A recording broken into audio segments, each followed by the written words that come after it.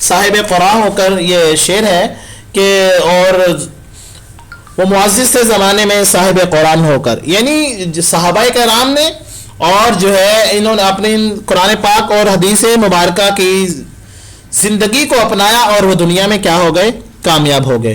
اور جیسا کہ مسلمانوں نے اس سے فائدہ اٹھایا ہے، ایسے ہی ساتھ ساتھ جو غیر مسلم تھے وہ لوگ بھی جانتے تھے حق مذہب ہے، اور ان کی تعلیمات ہی اتنی عمدہ تھی اسلام کی کہ ان لوگوں نے بھی اسلام سے فائدہ اٹھانے کی کوشش اٹھایا، بہت زیادہ فائدہ اٹھایا ہے. تو یہ مطلب ہمارا یہ جو ہے یہاں تک تو تہذیب کا معنی اور اسلامی تہذیب کیا ہے اس کا یہاں پہ معنی اور مفہوم بتایا ہے.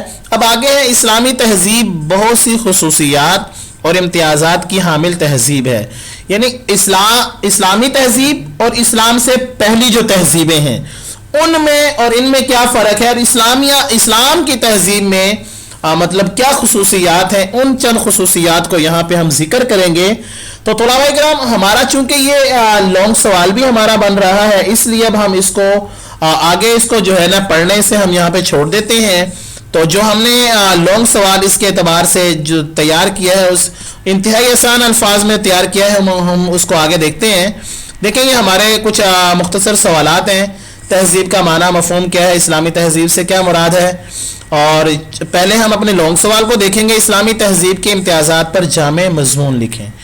اب اس یعنی سوال کو دیکھیں گے، اس کے بعد جو ہے ہمارے وہ انشاءاللہ تمام مختصر سوالات بھی اس کے اندر آ جائیں گے اور جو ہے لانگ بھی ہمارا حل ہو جائے گا.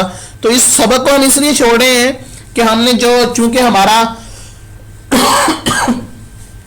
سبق جو ہے یہ جو جواب ہے اسی جواب کے اندر سارا سبق آ رہا ہے، تو اس کو میں نے سارے سبق کو جوابی شکل میں جو نوٹ کیا ہے وہ انتہائی آسان کیا ہے، اس لیے ہم اس کو دیکھتے ہیں. تو اس کو ہم آگے دیکھتے ہیں. وہ ہمارا سوال کیا ہے کہ اسلامی تہذیب کے امتیازات پر جامع مضمون لکھیں. یہ جو پوائنٹ بن رہے ہیں ان پوائنٹ کو ہم نے یہاں پہ نوٹ کیا ہے انتہائی آسان الفاظ میں. تو اسلام میں سب سے پہلا جو خصوصیت اور باقی مذاہب سے تہذیبات سے جو فرق ہے وہ یہ ہے کہ اس میں توحید پر کامل یقین، کہ اسلامی تہذیب میں اللہ کی وحدانیت پر مکمل یقین رکھنا اس کی بنیاد ہے. توحید پر ایمان لانا اسلامی تہذیب وہ عنصر ہے، یعنی وہ جز ہے کہ اس کے بغیر یہ تہذیب نہ وجود میں آ سکتی ہے، نہ اپنا کوئی تشخص یعنی پہچان قائم رکھ سکتی ہے. یعنی اسلامی تہذیب میں جس نے جب بھی داخل ہونا ہے سب سے پہلے اللہ کی ذات کے اوپر اس کا یقین ہوگا، تو باقی جو ہے اس کی چیزوں پر عمل کر سکے گا. اگر وہ اس پر ایمان نہیں لاتا، باقی چیزوں کو کہتا ہے میں مانتا ہوں، تو پھر اس کا جو ہے اسلامی تہذیب پر اس کا یہ جو کیا نام ہے مکمل ایمان نہیں ہوتا. اس کے بعد دوسرا پوائنٹ آ جاتا ہے نبی کریم صلی اللہ علیہ وسلم سے محبت اور عقیدت. اب اسلامی تہذیب میں آپ صلی اللہ علیہ وسلم کو ایک محور اور مرکز کی حیثیت حاصل ہے. امت مسلمہ کی پہچان نسبت رسالت مآب صلی اللہ علیہ وسلم سے ہی وابستہ ہے. یعنی آپ صلی اللہ علیہ وسلم ایک مرکز ہیں، آپ اسلامی تہذیب کے یعنی لانے کا سبب ہیں آپ ہی. جب آپ سے دوسرا پوائنٹ یہ ہے اللہ کے اوپر یقین کے بعد اللہ کے نبی سے محبت کا ہونا بھی یہ ضروری ہے. تیسری بات آ جاتی ہے آخرت میں جواب دہی کا تصور. اسلامی تہذیب میں آخرت پر یقین رکھنا اور اس بات پر یقین رکھنا کہ قیامت والے دن ہمیں اللہ کے سامنے پیش ہو کر ہر عمل کا جواب دینا ہے، یہ بنیادی عقیدہ ہے. اس سے زندگی میں اعتدال اور توازن یعنی زندگی کے اندر جو ہے اعتدال آتا ہے، برابری آتی ہے، ایک جو ہے کیا وزن برابر رہتا ہے، قائم رہتا ہے. انسان کب کسی کے ساتھ زیادتی کرتے ہوئے آخرت کی خوف کی وجہ سے وہ کیا ہو جاتا ہے، رک جاتا ہے. اس کے بعد جو ہے اسلامی تہذیب ایک ہمیں سب سے بڑا جو تہذیب سکھاتی ہے، ہمارے جو اخلاق کو سنوارتی ہے، وہ یہ ہے انسانی مساوات کا وہ ہمیں درس دیتی ہے. اسلامی تہذیب نے انسانیت کی پھیلی ہوئی صفوں میں اتحاد، محبت اور بھائی چارے کی فضا قائم کی. یہی تاریخی انسانی کا وہ روشن دور ہے جس میں زمین پر عدل کی حکمرانی قائم ہوئی. دیکھیں عرب میں جیسا کہ آپ سب لوگ جانتے ہیں عرب میں ایک دوسرے کے وہ کیا تھے، خون کے پیاسے تھے اور دشمن تھے.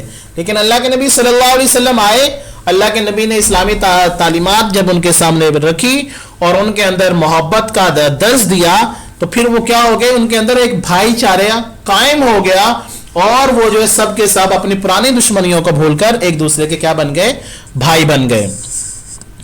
آگے ہے آفاقی پیغامات اور ہدایات. اسلامی تہذیب کی یہ خصوصیت ہے کہ اس کے تمام پیغامات پوری دنیا کے لیے ہیں. قرآن کریم نے تمام انسانوں کو حق, بھلائی, خلقی شرافت اور کرامت کی بنیاد پر ایک کنبہ کہا ہے.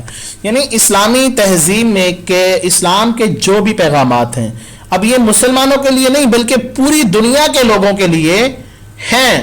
اب ان کو چاہیے کہ ان تعلیمات کو پڑھ کے وہ اس کے اوپر, قرآن کے اوپر اور اللہ کے اوپر, ان تعلیمات کے اوپر کیا کریں, جو ہے اپنا کیا ایمان لائیں. آگے اعلیٰ اخلاقی اقدار. اسلامی تہذیب نے اپنی تمام زندگیوں کی سرگرمیوں میں اعلیٰ اخلاق کو اولیت کا درجہ دیا ہے.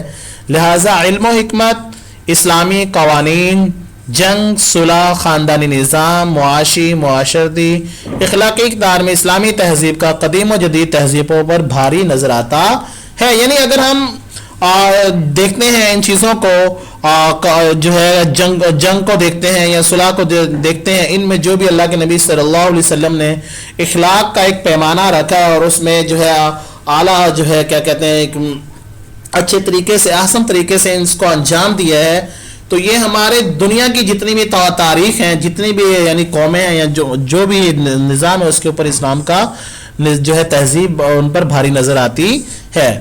انسانی اخوت اور کشادہ ظرفی.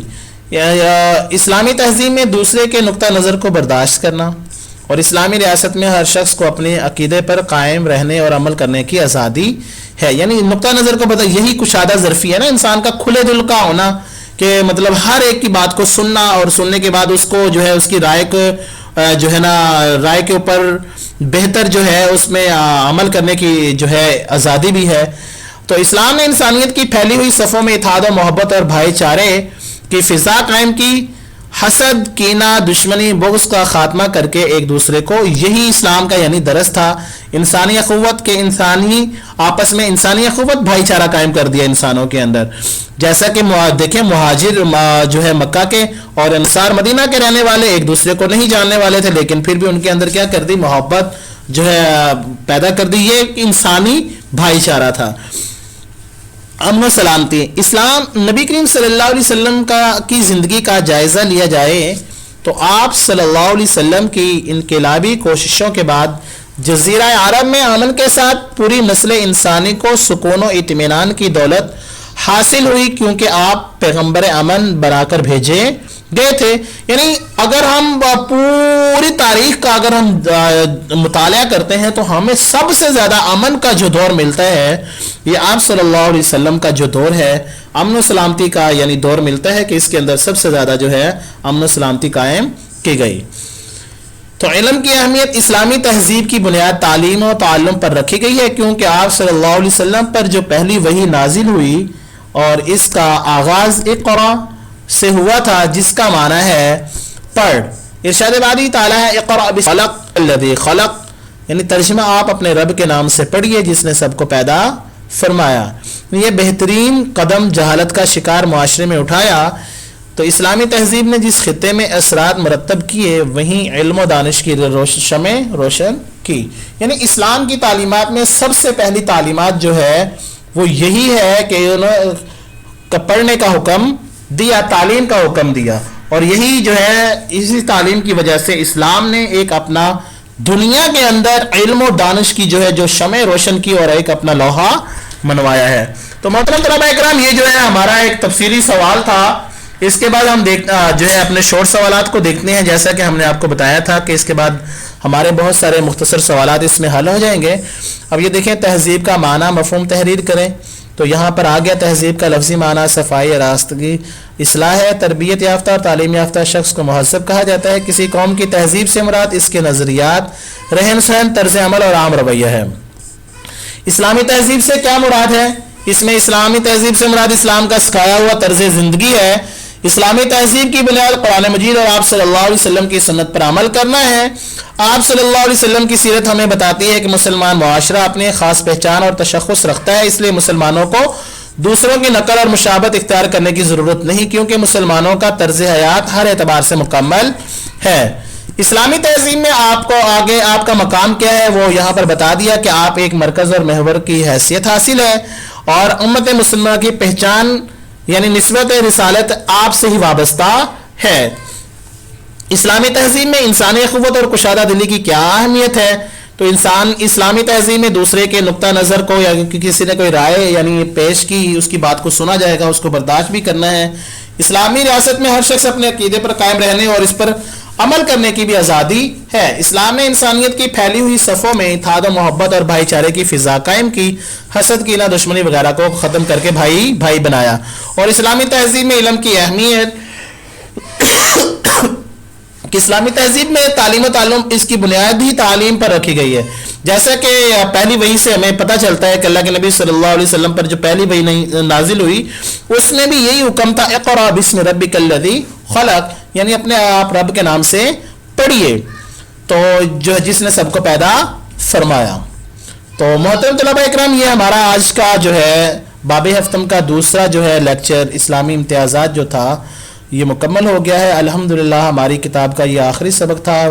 اللہ سے دعا گو ہوں کہ اللہ تعالی ہمیں اللہ کے نبی صلی اللہ علیہ وسلم کی تمام تعلیمات پر عمل کرنے کی توفیق عطا فرمائے اور ہمیں امتحانات میں کامیاب فرمائے۔